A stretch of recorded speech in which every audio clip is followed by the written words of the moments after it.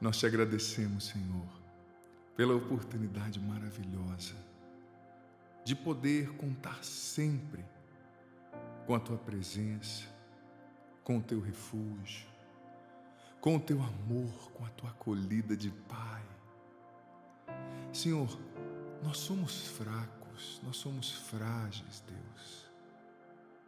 Nós precisamos da Tua acolhida, Senhor. Nós precisamos da Tua misericórdia, Senhor. Muitas vezes nós corremos o risco de achar que somos alguma coisa, que somos importantes, que sabemos, que podemos, mas no fundo,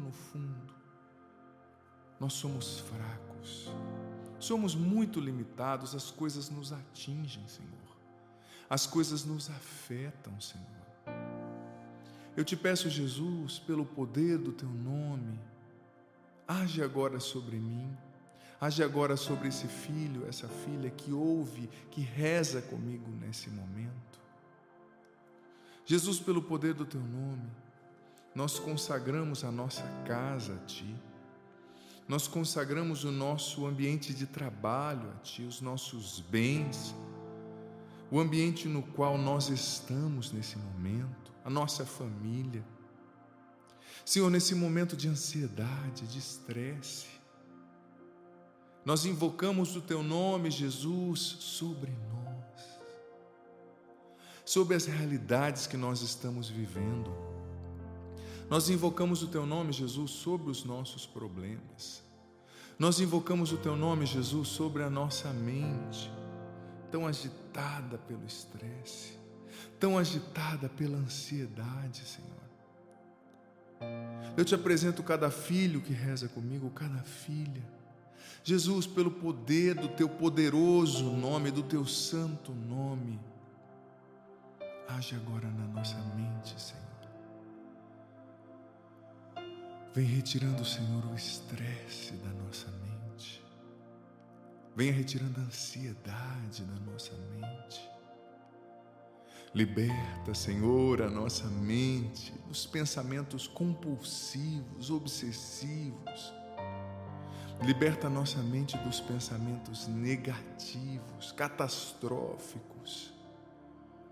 Jesus, nós consagramos a nossa mente a Ti, os nossos pensamentos, a nossa memória, as nossas lembranças. Vem, Espírito Santo, e toma conta da nossa mente. Vem, Espírito Santo, nós consagramos o nosso pensar a Ti. Nós consagramos, Espírito Santo, os nossos pensamentos a Ti, as nossas lembranças, a nossa memória, a nossa cognição. Vem, Espírito Santo, batiza agora a nossa mente. Venha tirar da nossa mente o estresse, esse esgotamento na nossa mente, Espírito Santo.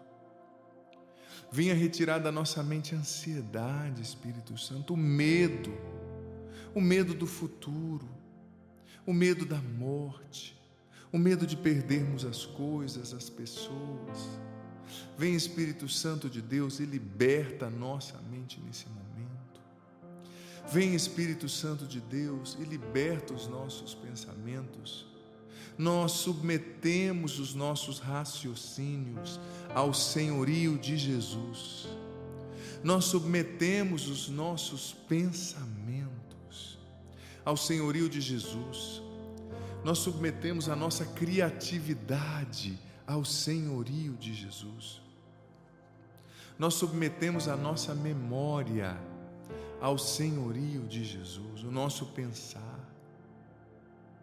Vem, Espírito Santo, retirar pela raiz da nossa mente o estresse.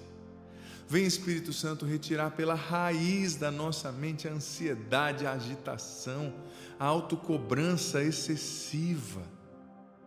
Quantas pessoas, Espírito Santo, exigindo de si mais do que aquilo que podem dar. Quantas pessoas exigindo de si mesmas coisas que elas não são capazes de oferecer. Quantos filhos e filhas com dificuldade de acolher a própria imperfeição, de acolher a realidade de que são falhos, de que são fracos, de que são humanos, que não acertam sempre. Quantas vezes, Espírito Santo, nós sofremos por escrúpulo? Quantas vezes, Espírito Santo, nós sofremos por autocobrança excessiva, por esse orgulho que faz com que a gente acredite que nós somos Deus, que nós acreditemos que nós somos deuses, que nós somos perfeitos. Não, nós somos humanos, falhos, pecadores, limitados. Dá-nos a graça, Espírito Santo, de acolher a nossa própria imperfeição.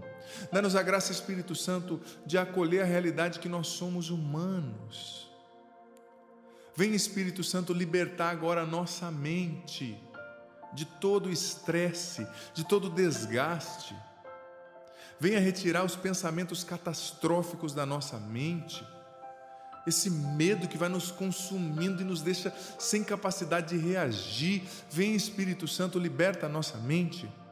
Pelo poder do nome de Jesus, que seja expulso da nossa mente toda tentação maligna, toda a opressão do inimigo, que seja expulsa da nossa mente agora em nome de Jesus. A opressão maligna, os pensamentos de morte, de compulsão, de desequilíbrio, os pensamentos que nos arrastam aos vícios, à impureza, que sejam expulsos da nossa mente agora em nome de Jesus. Filho, filha, tome a autoridade agora sobre você, sobre a sua mente, no nome de Jesus. E vá dizendo junto comigo, não fique só participando, ouvindo, assistindo essa oração. Não, entre agora ativamente no combate espiritual, na batalha espiritual, e comece a determinar, a declarar: eu expulso da minha mente em nome de Jesus os pensamentos de ansiedade. Vai dizendo isso. Eu expulso da minha mente em nome de Jesus as mentiras do inimigo, as tentações. Vai dizendo com autoridade, usando o nome de Jesus. Vá repreendendo o mal da sua mente. No nome de Jesus, vá rezando junto comigo, vá soltando a sua voz. Não somente assista, mas seja ativo, porque é o poder da tua oração. Através do poder da tua oração, Deus vai fazer a obra em você. Pelo poder do teu nome, Jesus, liberta agora a nossa mente de toda mentira do inimigo que nos amarra. O inimigo é o pai da mentira e ele nos amarra com mentiras. Liberta, Espírito Santo, no nome de Jesus, a nossa mente das mentiras, dos padrões de pensamento que nasceram nos nossos traumas. Espírito Santo, vem curar. Quantas pessoas sofreram traumas na infância, Espírito Santo? Quantas pessoas sofreram abusos na infância, Espírito Santo? Abusos afetivos, abusos sexuais. Quantas pessoas, Espírito Santo, não se sentiram amadas na infância, não se sentiram respeitadas, mas foram abusadas, foram deixadas de lado, foram tidas como inexpressíveis, como não dignas de amor, de respeito, de admiração. Isso gerou traumas. Vem curar os traumas que estão na raiz do pensamento ansioso, Espírito Santo. Vem curar os traumas que estão na raiz desse estresse, dessa autocobrança excessiva. Espírito Santo, essa pessoa se cobra até quando ela está dormindo. Parece que ela sempre tem que passar no teste. Parece que ela sempre tem que ser sempre aprovada pelos outros. Essa pessoa tem uma necessidade de aprovação tão grande. Ela faz de tudo para que as pessoas a aprovem. Ela faz de tudo para que as pessoas a elogiem. Ela faz de tudo para que as pessoas a reconheçam, porque dentro dela existe uma criança ferida. Uma criança ferida, buscando aprovação, que não recebeu na infância, não recebeu do pai, não recebeu da mãe. Cura esse coração, Espírito Santo, dessa necessidade de aprovação, dessa autocobrança. Ela tem que ser perfeita em tudo. Não, ela não tem. O Senhor nos ama como nós somos, humanos, frágeis, limitados. Cura os traumas que estão na raiz do estresse. Cura as feridas que estão na raiz da ansiedade. Sobretudo, Senhor, liberta-nos dessa mania de nos cobrar tanto. Essa pessoa que não se cobra, não para de se cobrar, aliás, nem quando está dormindo. Essa pessoa se cobra. Até quando está dormindo, Senhor? Ela se exige tanto, Senhor. Ela exige de si mesma o que o Senhor não exige. Venha curar esse coração, acalma esse pensamento, acalma a tempestade. Você, filho, filha, que sentia que você estava no meio de uma tempestade, nas suas emoções, nos seus afetos, nos seus pensamentos. Você sentia que tudo estava agitado dentro de você. Você pode até visualizar a imagem dessa tempestade. O barquinho no meio do mar e as ondas vêm para de lá, de cá, e a água começa a entrar no barco. Talvez você se sentia no meio de uma tempestade agora, na sua mente. Que agitação, meu Deus! Nas suas emoções.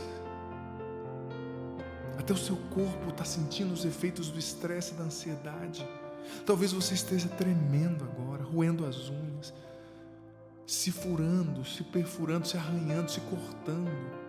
Talvez o teu coração esteja tão acelerado que você não consegue respirar. Talvez você esteja tão apreensivo, tão em estado de alerta. Se sinta no meio da tempestade. Mas olha só o que a palavra de Deus diz. Ao cair da tarde nesse dia, Jesus disse aos discípulos: vamos atravessar para outra margem do lago. Deixando a multidão para trás, entraram no barco, onde ele já estava, e começaram a travessia. Embora outros barcos o seguissem, mas logo se levantou um tão grande temporal, uma tempestade com vendaval e ondas rebentando contra o barco, que já estava cheio de água. Entretanto, Jesus dormia, deitado na popa, com a cabeça numa almofada. Inquietos acordaram-no, gritando: Mestre, não te preocupas que estejamos quase a morrer? Ele, levantando-se, repreendeu o vento e disse ao mar: Cala-te, aquieta-te. O vento parou e fez-se uma grande calmaria. E disse-lhes: Por que vocês estavam com tanto medo? Vocês ainda não têm fé? E tomados de grande espanto, perguntaram uns aos outros: Quem é este? Mas quem é este, a quem o próprio vento, a tempestade e o mar obedecem? Olha só, Marcos capítulo 4, versículos do 35 ao 41. Olha que coisa linda. Esses discípulos, eles são uma representação, muitas vezes, exatamente fidedigna do que eu e você vivemos. Talvez hoje você se sinta assim, filho, filha, no meio dessa tempestade. E parece que Jesus está dormindo lá no fundo do barco. Às vezes parece que o Senhor simplesmente se esqueceu, está dormindo. Mas Jesus não está dormindo. Ele está no barco da sua vida. Agora. Padre, mas eu perdi o controle da minha mente, eu perdi o controle das minhas emoções, mas eu tentei já me suicidar, mas eu estou trabalhando num serviço estressante, em 3 serviços, mas eu estou com essa depressão pós-parto, mas eu estou comendo demais, eu deixei os exercícios, eu estou fazendo tudo errado. Calma, ei, tudo isso é maior do que Jesus? Tudo isso que você está vivendo é maior do que Deus? Claro que não. O Senhor está no teu barco e agora Ele está se levantando e dando a ordem para o mar: cala-te, aquieta-te.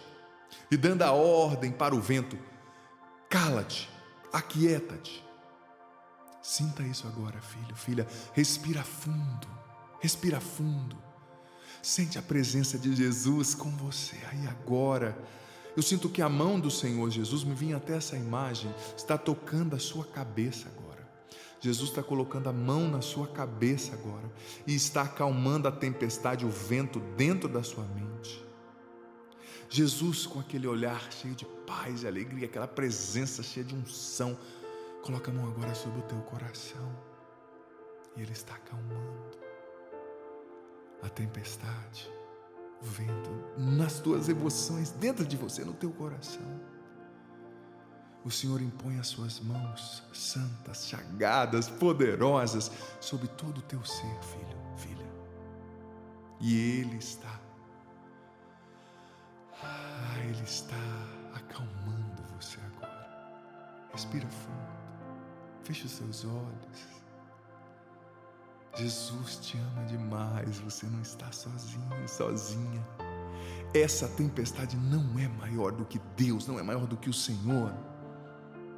E Jesus agora está colocando a mão dentro de você, que está acalmando a tempestade. Sinta essa paz da presença, que vem da presença de Jesus. Ele já ordenou ao vento: aquieta-te, ao mar, cala-te. E a paz está se fazendo na tua alma, na tua mente, no teu coração. É a paz que vem do Senhor. É a paz que é Jesus. Talvez você até esteja chorando nesse momento, porque há muito tempo você não sentia essa paz. Há muito tempo você não sentia essa alegria. Há muito tempo você não sentia que você é amado, é amada. Não importa o tamanho dos seus erros, a quantidade, a densidade. Deus te ama, o Senhor Jesus te ama e Ele nunca vai desistir de você. Ele tem o melhor para você. Repita depois do Padre agora, põe a mão no teu coração e repita depois do Padre. Mas repita mesmo, reze. Se você puder, feche os seus olhos, se não, só vai dizendo. Repita depois de mim, fazendo a sua oração. Senhor Jesus, obrigado pela tua presença no barco da minha vida. Eu coloco agora, Jesus, aos teus pés todo estresse, todo desgaste, todo cansaço, todo medo, toda ansiedade. Eu te entrego agora, Jesus. Minha preocupação com o futuro, meu medo da morte, todos os meus erros, tudo que rouba a minha paz, tudo que está errado na minha vida, meus pecados, o que eu não consigo controlar, as minhas tempestades, interiores, exteriores, eu te entrego agora, Senhor. Vem, Senhor, e liberta-me em teu nome, Jesus. Liberta minha mente, minha alma, meu coração. Acalma minha tempestade, Jesus, em teu nome. Acalma o meu coração. Batiza-me, Senhor Jesus, agora, com o teu Espírito Santo. Dá-me a tua paz. Enche-me de esperança, enche-me de alegria, sintoniza o meu coração com o teu. Vem, Espírito Santo, e faz em mim a tua obra. Esvazia-me de mim mesmo e enche-me com o teu amor. Enche-me com a tua presença. Batiza-me, Espírito Santo de Deus. E onde havia ansiedade, estresse, preenche com a tua presença, com a tua paz. Amém. Prepare-se agora, filho, filha, para receber a bênção que sela em você tudo que foi feito nesse momento. O Senhor esteja convosco, Ele está no meio de nós. Que desça sobre vós, sua mente, seu coração, seu corpo, selando tudo que o Senhor realizou, que desça sobre a sua família e permaneça para sempre. A bênção de Deus Todo-Poderoso, Ele que é Pai, Filho e Espírito Santo. Amém. Por gentileza, inscreva-se agora no canal, não deixe de se inscrever no canal, para você receber mais orações como essa. youtube.com/Padre Adriano Zandoná. Ativa o sininho das notificações para você ser informada todas as vezes que entrar um conteúdo novo por aqui, e deixa já o seu joia, seu like, sua curtida nesse vídeo, porque só assim você faz com que você contribui para que esse conteúdo chegue a mais pessoas. Deus abençoe você.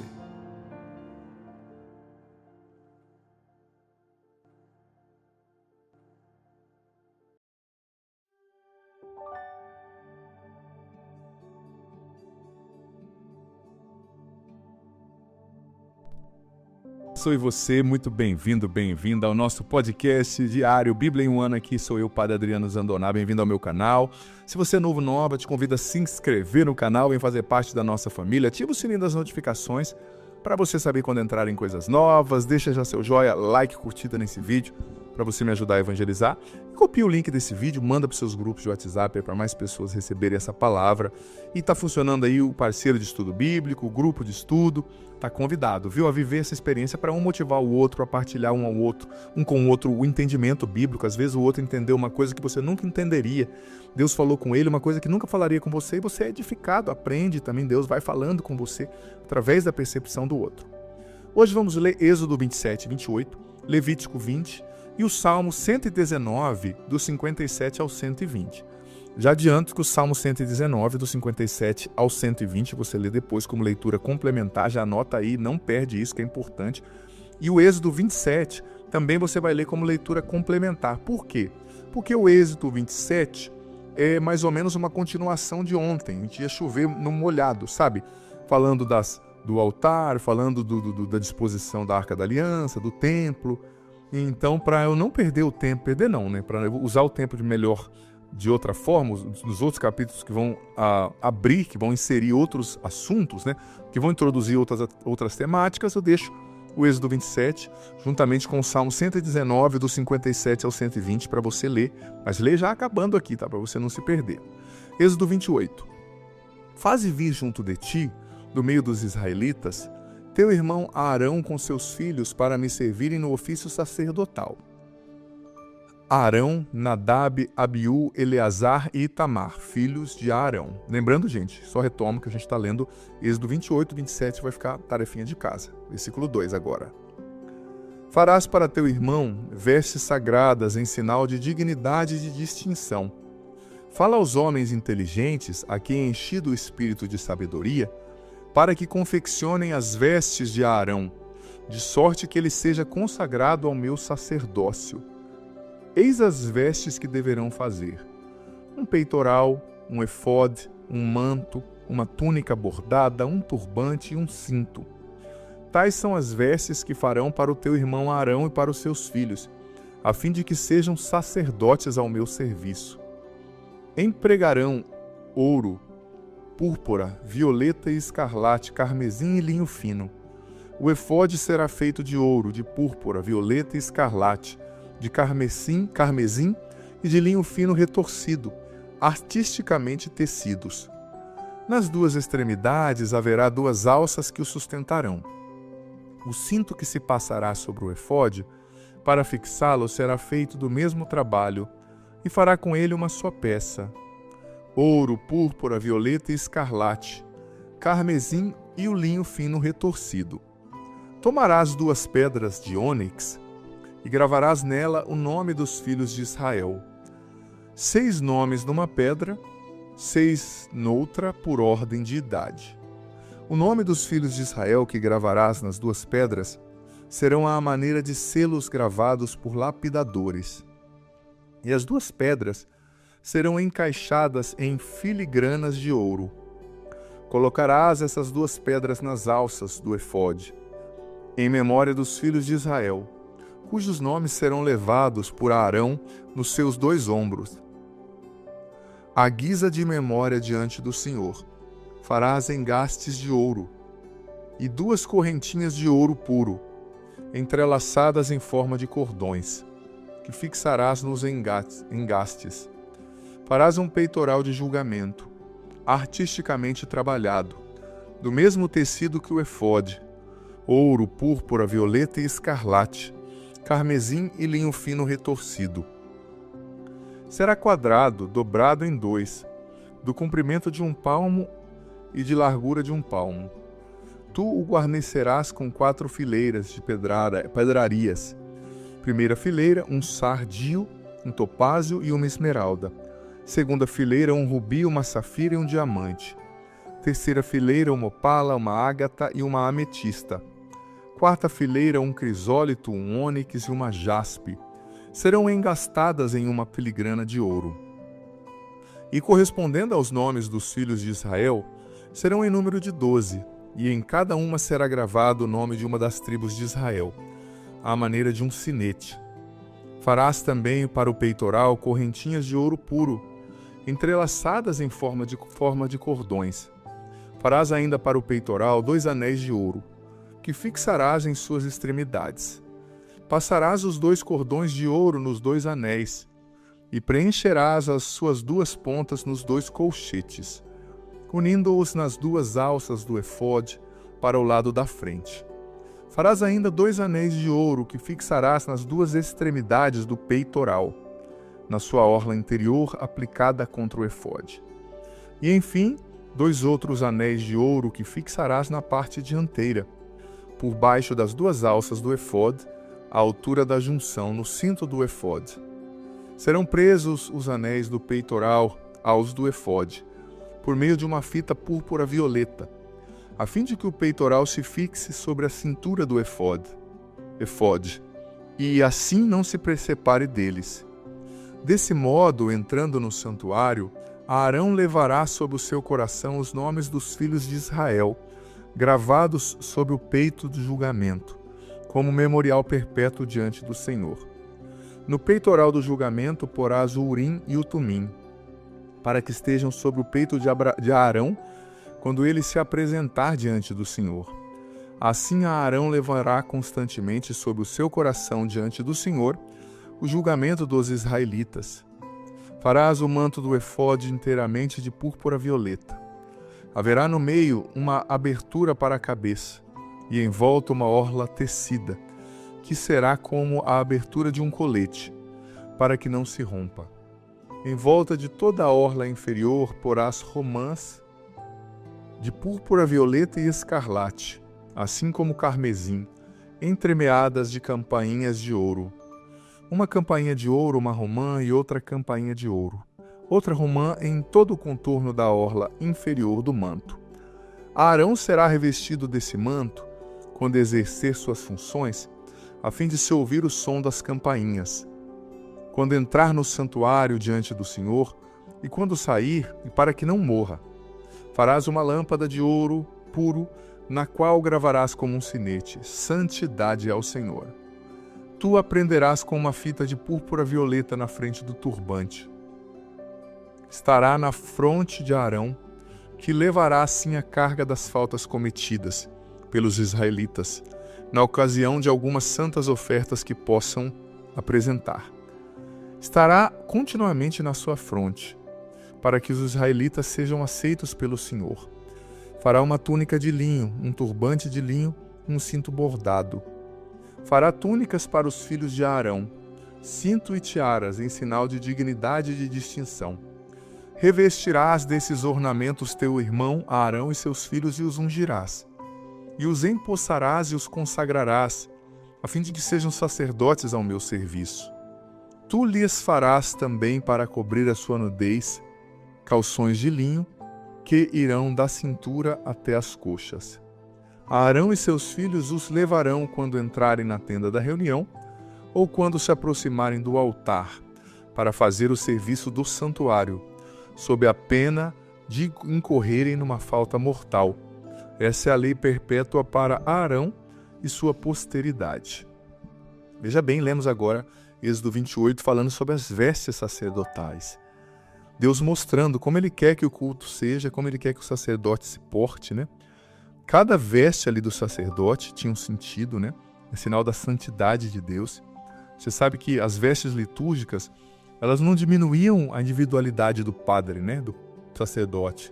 Mas hoje também, né? Mas elas mostram a riqueza de Jesus Cristo, né? O sacerdote que revela, que vive para sempre. No padre, nas vestes do padre, o padre está revelando que ele representa alguém que é maior do que ele mesmo. Não está matando a sua individualidade, sua pessoalidade, mas está revelando, né, alguém muito maior, né, maior que ele mesmo. Outra coisa também, as vestes litúrgicas naquela época revelavam o quê? A sacralidade da liturgia e a beleza de Deus. E hoje também, né? As vestes do padre representam a beleza de Deus. Quando o sacerdote naquela época ia até Deus, ele não ia somente levando a sua vida, mas ele era o representante de todo o povo de Israel. Hoje também o sacerdote ele celebra a missa, né? Pela salvação de todos, levando a sua paróquia, a sua vida, todos no sacrifício da Eucaristia, que é a maior oração que existe, né? A missa é o culto, todo esse culto litúrgico do Antigo Testamento está aperfeiçoado, cumprido e planificado na missa, né? Você vê também outra coisa linda, que o padre ele carregava pedras no seu coração, no seu peito, né? Onde estava escrito o nome das 12 tribos de Israel. O coração dele tinha ali os israelitas, né? Trazer no coração o nome do seu povo, de cada um do seu povo, de cada tribo. Isso mostra, né, o verdadeiro chamado de nós padres, né? Um padre é chamado a ser um pai que carrega o nome dos seus filhos e das suas filhas no seu coração, né? Sempre quando ele se aproxima de Deus, ele leva o nome dos filhos e das filhas no seu coração, né? O coração de um padre é um coração de um pai, né? O padre é chamado a ser pai. Ele não é um solteirão, ele é um pai de uma multidão, né? Gente, é isso.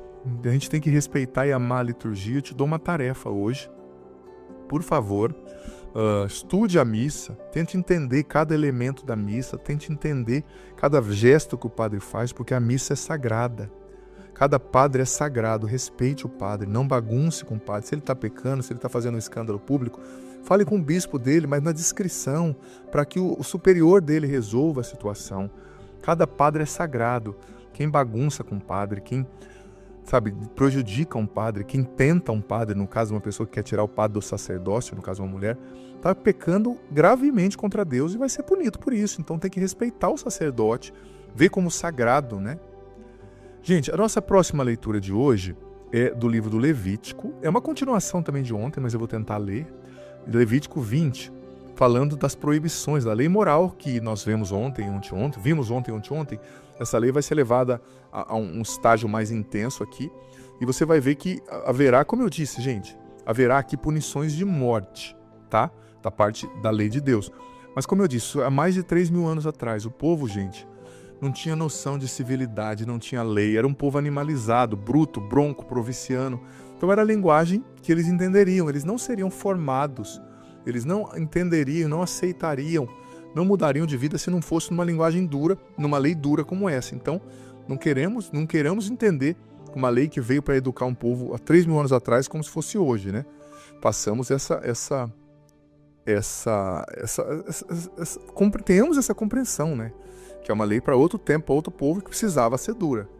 Levítico 20. O Senhor disse a Moisés: dirás aos israelitas: todo israelita ou estrangeiro que habita em Israel, que sacrificar, matar um dos seus filhos ao deus Moloque, será punido de morte. O povo da terra o apedrejará. Eu voltarei o meu rosto contra ele, e o cortarei do meio do meu povo, porque manchou o meu santuário e profanou o meu santo nome, matando um dos seus filhos a Moloque. Se o povo da terra não se importar por esse homem, ter dado um dos seus filhos a Moloque e não o matar, eu voltarei meu rosto contra ele e contra a sua família, e o cortarei do meio do meu povo, do seu povo, com todos aqueles que se prostituem como ele, prestando culto a Moloque. Se alguém se dirigir aos necromantes que invocam os mortos, ou os adivinhos para fornicar com eles, voltarei meu rosto contra esse homem e o cortarei do meio do meu povo. Santificai-vos, sede santos, porque eu, o Senhor vosso Deus. Porque eu sou o Senhor vosso Deus. Observai minhas leis e praticai-as. Eu sou o Senhor que vos santifico. Quem amaldiçoar seu pai ou sua mãe será punido de morte.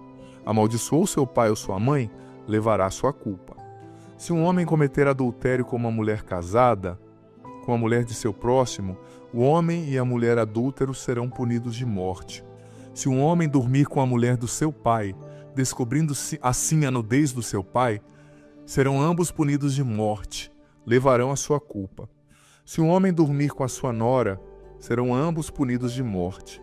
Isso é uma ignomínia, e eles levarão a sua culpa. Se um homem dormir com outro homem, como se fosse uma mulher, ou vice-versa, ambos cometerão uma coisa abominável e serão punidos de morte e levarão a sua culpa. Se um homem tomar por mulheres a filha e a mãe, cometerá um crime. Serão queimados no fogo o homem e as mulheres, para que não haja tal crime no meio de vós. Se um homem tiver relações carnais com um animal, será punido de morte, e matareis também um animal. Se uma mulher se aproximar de um animal e se prostituir com ele, será morta juntamente com o animal. Serão mortos e levarão sua iniquidade. Se um homem tomar a sua irmã, filha de seu pai ou de sua mãe, e vir a sua nudez, e ela vir a sua, isso é coisa infame. Serão exterminados sob os olhos dos seus compatriotas. Descobriu a nudez de sua irmã, levará a sua iniquidade. Se um homem dormir com uma mulher durante o tempo da sua menstruação, e vir a sua nudez, descobrindo o seu fluxo, e descobrindo-o ela mesma, serão ambos cortados do meu povo. Não descobrirás a nudez da irmã de tua mãe, nem da irmã de teu pai, porque descobrirás a sua carne, levarão a sua iniquidade. Se um homem se deitar com sua tia, ele descobrirá a nudez do seu tio, e levarão a sua iniquidade, e morrerão sem filhos. Se um homem tomar a mulher do seu irmão, será uma impureza, e ofenderá a honra do seu irmão, não terão filhos. Observareis todas as minhas leis e meus mandamentos, e os praticareis, a fim de que não vos vomite a terra, aonde vos conduzo para ir habitar. Não seguireis os costumes da nação que eu expulsar de diante de vós, porque eles já fizeram todas essas coisas, e eu as abominei. Eu vos disse, vocês possuirão essa terra, a qual vos darei em possessão, terra que mana leite e mel. Eu sou o Senhor vosso Deus, que vos separei dos outros povos. Fareis a distinção entre animais puros e impuros, entre as aves puras e impuras. E não vos tornareis abomináveis por causa de animais, de aves ou de animais que se arrastam sobre a terra, como vos ensinei a distinguir como impuros. Sereis para mim santos, porque eu, Senhor, sou santo, e vos separei dos outros povos para que sejais meus. Qualquer homem ou mulher que invocar espíritos ou fizer adivinhações será morto. Serão apedrejados e levarão a sua culpa. Vem Espírito Santo sobre nós, nos dando o entendimento de tudo que ouvimos aqui. Nos faz compreender, Espírito Santo, a Sagrada Escritura no seu contexto. Dá-nos a tua unção, para que tudo compreendamos a partir de ti. E que desça sobre vós a bênção do Deus Todo-Poderoso, Pai, Filho e Espírito Santo. Amém. Um ótimo dia a você. Escreve aqui nos comentários, nem que sejam poucas palavras, uma linha, duas, o que você entendeu das leituras, da explicação que ficou forte para você. E olha, vai firme aí com os grupos de estudo bíblico. Faz um grupo no WhatsApp, vai partilhando todo dia aí com as pessoas do grupo que você entendeu. Se reúnem uma vez por semana para tomar um lanche, partilhar cada um dia ali. Cada um pega um dia para fazer a partilha do que entendeu, de maneira objetiva, uns 10 minutos, para não ficar uma coisa enfadonha. Isso é importante, a gente se motiva a estudar junto assim. Ótimo dia para você, até amanhã. É todo dia, viu? Ao meio-dia entra o vídeo e fica aqui salvo para você ouvir na hora que você quiser e puder. Que bom ter você aqui nesse podcast diário. Leia a Bíblia comigo em um ano, a Bíblia inteira. Você é convidado a viver essa aventura de conhecer a Sagrada Escritura. Se você está chegando hoje, você pode começar a partir daqui. A partir de hoje, vai acompanhando a cada dia e você vai depois ouvindo os episódios anteriores. Vai no começo da playlist, a Bíblia em um ano, hoje você ouve o do dia de hoje e ouve o do primeiro, amanhã o do dia de amanhã e o segundo, e assim você vai, consequentemente, gradativamente, ouvindo os episódios anteriores e fazendo parte dessa playlist ao longo desse ano, lendo a Bíblia inteira, com a minha explicação. Olha, vem fazer parte, seja perseverante, você vai colher frutos maravilhosos. E lembrando que o vídeo entra sempre ao meio-dia, mas fica aqui. Você pode ouvi-lo no momento que você quiser, na playlist Bíblia em um ano, vá desde o começo, aprenda a Sagrada Escritura, você vai receber muitas bênçãos. Bem-vindo e se inscreva no canal, vem fazer parte da nossa família. Parte da nossa família. Parte da nossa família.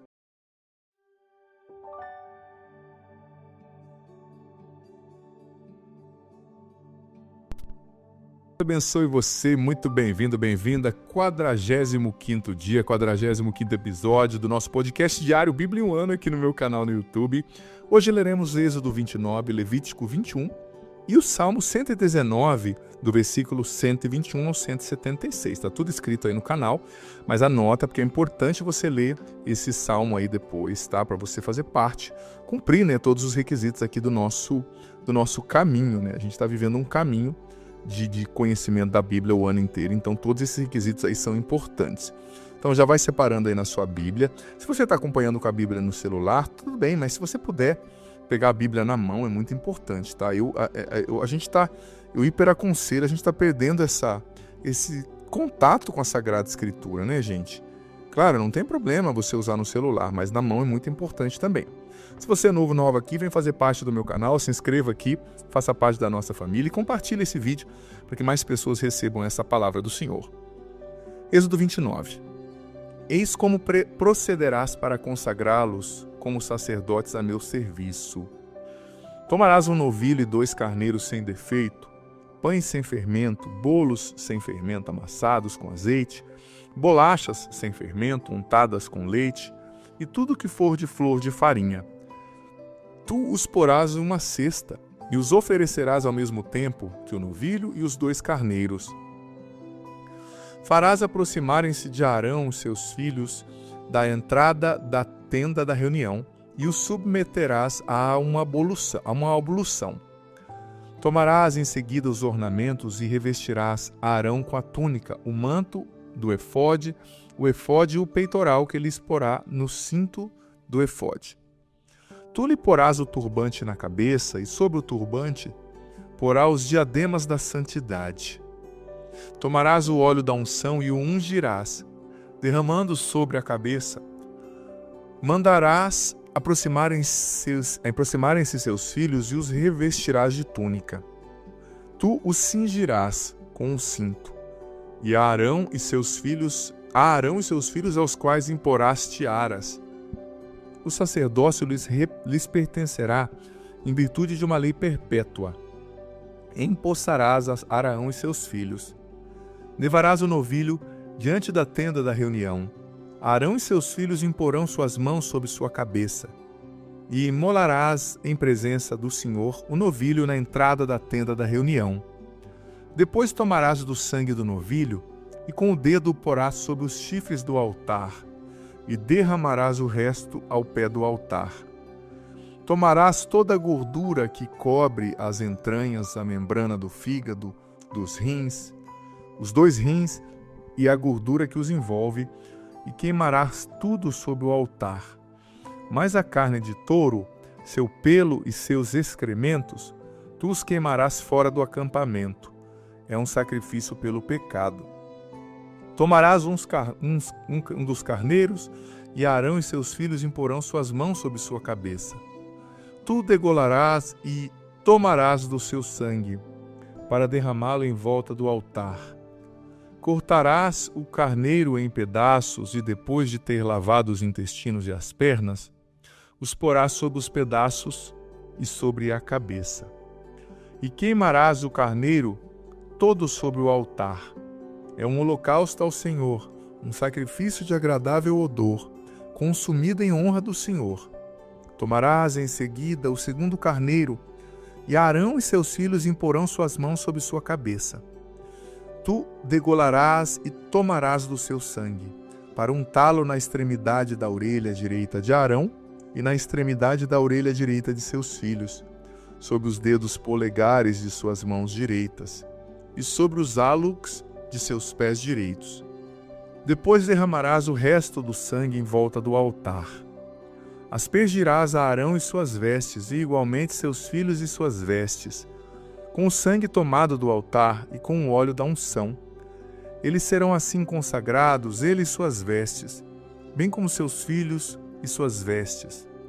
Tomarás tudo o que é gordura no carneiro, a cauda, a gordura que envolve as entranhas, a membrana do fígado, os 2 rins, e a gordura que os envolve, e a coxa direita, porque é o carneiro da investidura.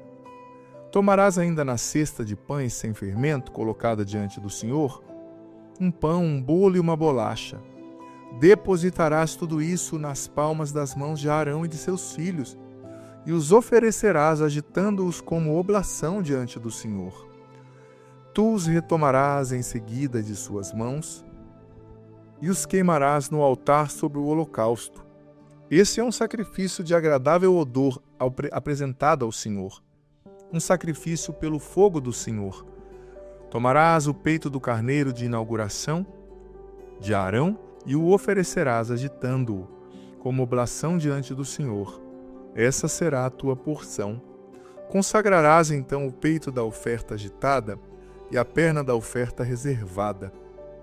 Todas as partes agitadas e reservadas do carneiro de inauguração que são destinadas a Arão e seus filhos. Esse será um direito perpétuo devido a Arão e seus filhos pelos israelitas. E essa é uma oferta reservada, aquela que os israelitas terão de tomar de seus sacrifícios pacíficos. Uma reserva que devem ao Senhor. Os ornamentos sagrados de Arão servirão para seus filhos depois dele, que os vestirão quando se lhes der a unção e forem empossados. Aquele que dentre os seus filhos, que for sumo sacerdote em seu lugar, e que penetrar na tenda da reunião para o serviço do santuário, os levará durante 7 dias. Tomarás o carneiro de inauguração e farás cozer sua carne em um lugar santo. Arão e seus filhos comerão a sua carne, e o pão que está na cesta à entrada da tenda da reunião. Comerão o que tiver sido utilizado para expiação, quando de sua tomada de posse e sua consagração. Estrangeiro algum comerá deles, porque são coisas santas. Se sobrar ainda carne da vítima de inauguração, ou do pão até o dia seguinte, queimarás o resto. Não serás comido, porque é uma coisa santa. Quanto a Arão e seus filhos, farás como te ordenei. Empregarás 7 dias em sua tomada de posse. Cada dia imolarás um novilho em sacrifício expiatório pelo pecado. Por esse sacrifício expiatório tirarás o pecado do altar, e tu lhe farás uma unção para consagrá-lo. A expiação do altar se fará durante 7 dias, e consagrarás esse altar, que se tornará coisa santíssima, e tudo que o tocar será consagrado. Eis o que sacrificarás permanentemente sobre o altar: 2 cordeiros de 1 ano em cada dia. Oferecerás um desses cordeiros pela manhã e o outro entre as 2 tardes. Com o primeiro cordeiro oferecerás a 10ª parte de um efá de flor de farinha amassada, com 1/4 de hin de óleo de olivas esmagadas e como libação de 1/4 de hin de vinho. Entre as 2 tardes oferecerás o segundo cordeiro, acompanhado de uma oferta e de uma libação, semelhantes à da manhã. Esse é um sacrifício de agradável odor consumido pelo fogo, em honra do Senhor. Esse holocausto será perpétuo e será oferecido em todas as gerações futuras, à entrada da tenda da reunião, diante do Senhor, onde virei a vós para falar contigo. É nesse lugar que darei entrevista aos filhos de Israel, e ele será consagrado pela minha glória. Consagrarei a tenda de reunião e o altar. Consagrarei igualmente a Arão e seus filhos, para que sejam sacerdotes a meu serviço. Habitarei no meio dos israelitas e serei o seu Deus. Saberei então que eu, o Senhor, sou o seu Deus, que os tirou do Egito para habitar entre eles. Eu sou o Senhor, seu Deus. O de hoje fala sobre a consagração dos sacerdotes. Eu te faço uma pergunta. Você já foi em alguma ordenação de padre, da Nova Aliança, padre católico? É muito linda, gente. Cada momento da ordenação representa algo. Tem um momento que o padre deita no chão, o diácono, né? Significando que ele morreu ali, fica no chão, e quem levanta nele é o Cristo. Sabe, é muito bonito. Mais uma vez está falando do sacerdote, falando das roupas dos sacerdotes, né? E é importante saber que todo sacerdote é chamado a ser santo e a viver de forma diferente, né, gente? O sacerdote não é um solteirão, não é uma pessoa mal resolvida, é uma pessoa que se casou com Deus, se casou com a eternidade, né? E claro, muitas vezes a gente ouve sobre pecados de padre, né, os discípulos de Cristo, que acabam falhando contra não honrar a Deus e não compreender a dignidade da sua própria missão, né? Como a gente, muitas vezes, os leigos também, muitas vezes, né, falham, a gente tem que rezar pelos padres, gente, para que eles vivam vidas santas, né? Correspondam aos chamados de Jesus, reze por nós padres, né? Para que eles conduzam o povo à santidade, né? Muitas vezes existem padres que pecam, sim. É triste, mas existe. Mas não está certo, não é isso que Deus quer. A gente tem que conduzir os padres, rezar pelos padres para que eles sejam santos. Agora vamos lá, vou falar um pouquinho das vestes sacerdotais no Antigo Testamento, né? O efode, que era como uma estola inteira que eles usavam, né? Era feito de linho com ouro, azul, púrpura e escarlata. Estendia-se na frente e para trás do corpo, né? E era apertadinho no ombro, assim. A faixa ou cinto, né? Que tinha no efode também. Usava um calção embaixo, um peitoral com pedras, né? Das 12 tribos de Israel ali, né? Representando as 12 tribos de Israel, como eu falei. Usavam um manto azul. Usavam um turbante ou uma mitra, que é o que o bispo usa hoje, né? Representação. O sacerdote não podia cortar a barba nem o cabelo, né? E ele não podia ir num funeral, nem mesmo do pai e da mãe, né? Dele, por causa que senão ficaria impuro, né? Segundo as leis rituais da época. Ele andava sempre com o pé descalçado, né? O pé descalço.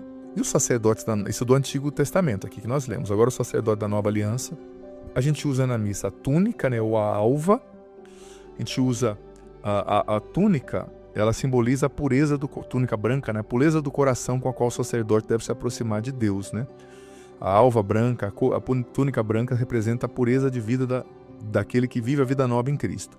A estola, né? Símbolo do poder de Cristo, né? E do serviço do sacerdote, né?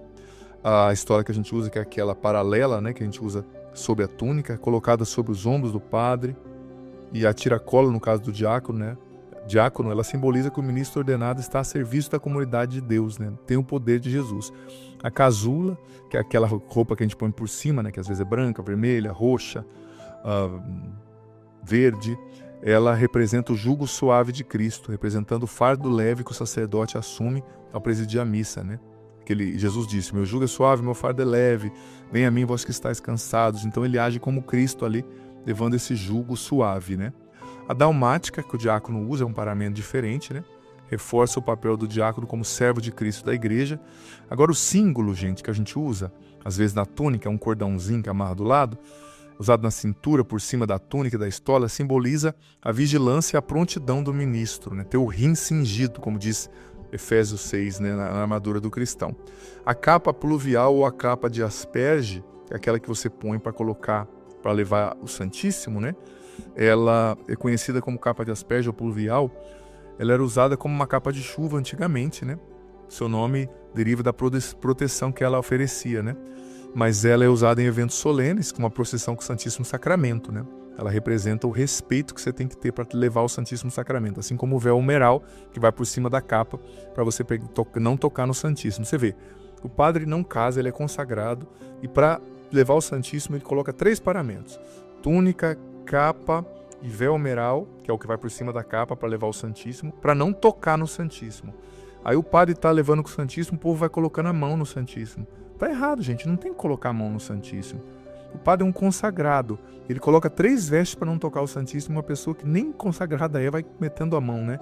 Você vê, antigamente, se tocasse nas coisas sagradas, morria, né? No Antigo Testamento, ainda bem que não morre mais.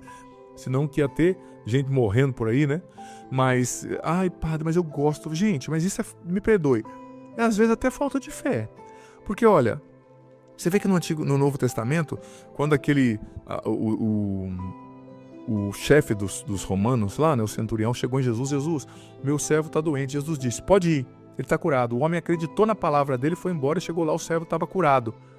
Aí Jesus louvou a fé daquele centurião, que falou, olha, ele não precisou tocar, ele não precisou ir lá e eu tocar no servo dele, ele veio tocando para ele acreditar. Ele acreditou na minha palavra e a cura foi feita, então todo mundo vai saber dessa fé desse pagão no mundo inteiro. Está escrito no Evangelho. Ou seja, a gente não precisa tocar. Não é você tocar no Santíssimo que vai curar você. Não é você tocar no Santíssimo que vai fazer a oração ser mais forte. A gente tem que ter respeito com as coisas sagradas. Eu, sinceramente, eu vou ser sincero, eu não falo mais, porque eu cansei, né? Eu explicava quando eu era padre novo, pô, coloca a mão... Pensa no que eu estou te falando, olha. A gente é consagrado, a gente coloca 3 paramentos, a gente não casou, a gente é ordenado padre para não tocar no Santíssimo, né? Então tem que ter respeito com as coisas sagradas. Eu não vou falar porque você fala, as pessoas vão de conta que não entendeu, elas ouvem o que elas querem, né? Mas está errado. Toque com a sua fé. Acredite, não é você relar no Santíssimo. Isso parece uma coisa meio provinciana, meio barroca, meio até curandeirismo, né? Eu tenho que relar e colocar 3 vezes a mão. Não, a fé não é assim que funciona, né? Jesus não trabalha assim pelo fato de você tocar ou não, né? Isso está parecendo mais com toque, né? Transtorno obsessivo compulsivo. Vamos lá então. Levítico 21 para encerrar. O Senhor disse a Moisés: dize aos sacerdotes, filhos de Arão o seguinte: ninguém será considerado como impuro no meio do meu povo por causa de um morto, exceto quando se trate de seu parente próximo, mãe, pai, filho, filha, irmão. Irmã virgem que não se casou e vive junto dele, por ela poderá contaminar-se. Ele, sendo chefe no meio do seu povo, não se tornará impuro para não se profanar. Os sacerdotes não rasparão a cabeça, nem os lados da barba, e não farão incisões na sua carne. Serão santos para o seu Deus, não profanarão o seu nome, porque oferecem ao Senhor os sacrifícios consumidos pelo fogo. O pão do seu Deus serão santos. Não desposarão uma mulher prostituída ou desonrada, nem uma mulher repudiada pelo marido, porque são santos para o seu Deus. Terás, pois, o sacerdote por santo, porque ele oferece o pão do teu Deus. Ele será santo para ti, porque eu, Senhor, que vos santifico, sou santo. Se a filha de um sacerdote se desonrar pela prostituição, desonrará seu pai e será queimada no fogo. O sumo sacerdote, superior aos seus irmãos, sobre cuja cabeça se derramou o óleo da unção e que foi estabelecido para revestir as vestes sagradas, não descobrirá sua cabeça e não rasgará suas vestes. Não se aproximará de morto algum e não se contaminará por seu pai, nem por sua mãe. Não sairá do santuário do seu Deus e não o profanará, porque o óleo da unção do seu Deus está sobre ele com o diadema. Eu sou o Senhor. Tomará por mulher uma virgem. Não desposará nem viúva, nem mulher repudiada, nem mulher prostituída ou desonrada, mas desposará uma virgem do meio do seu povo. Não desonrará sua linhagem no meio do seu povo, porque sou eu, o Senhor, que o santifico. O Senhor disse a Moisés: dize a Arão o seguinte: por todas as gerações que têm algum defeito físico, oferecerá o pão do seu Deus. Homem algum, de tua linhagem, por todas as gerações que têm algum defeito físico, oferecerá pão ao seu Deus. Desse modo serão excluídos todos aqueles que tiverem uma deformidade: cegos, coxos, mutilados, pessoas de membros desproporcionais, ou tenham uma fratura no pé ou na mão, corcundas ou anões, ou que tiverem uma mancha no olho, ou sarna, ou uma inflamação, ou os testículos esmagados. Homem algum da linhagem de Arão, o sacerdote que for deformado, oferecerá os sacrifícios consumidos pelo fogo. Sendo vítima de uma deformidade, não poderá aposentar-se para oferecer o pão do seu Deus, mas poderá comer o pão do seu Deus, proveniente das ofertas santíssimas e das coisas santas. Não se aproximará, porém, do véu nem do altar, porque é deformado. Não profanará meus santuários, porque eu sou o Senhor que os santifico. Tais foram as palavras de Moisés a Arão e a seus filhos, bem como a todos os israelitas. Veja bem, falando do sacerdote, que assim como o cordeiro ofertado tinha que ser perfeito, o sacerdote também tinha que ter, naquela época, né, para os padrões do culto daquela época, a perfeição, né, a física também. Gente, naquela época o padre casava, né?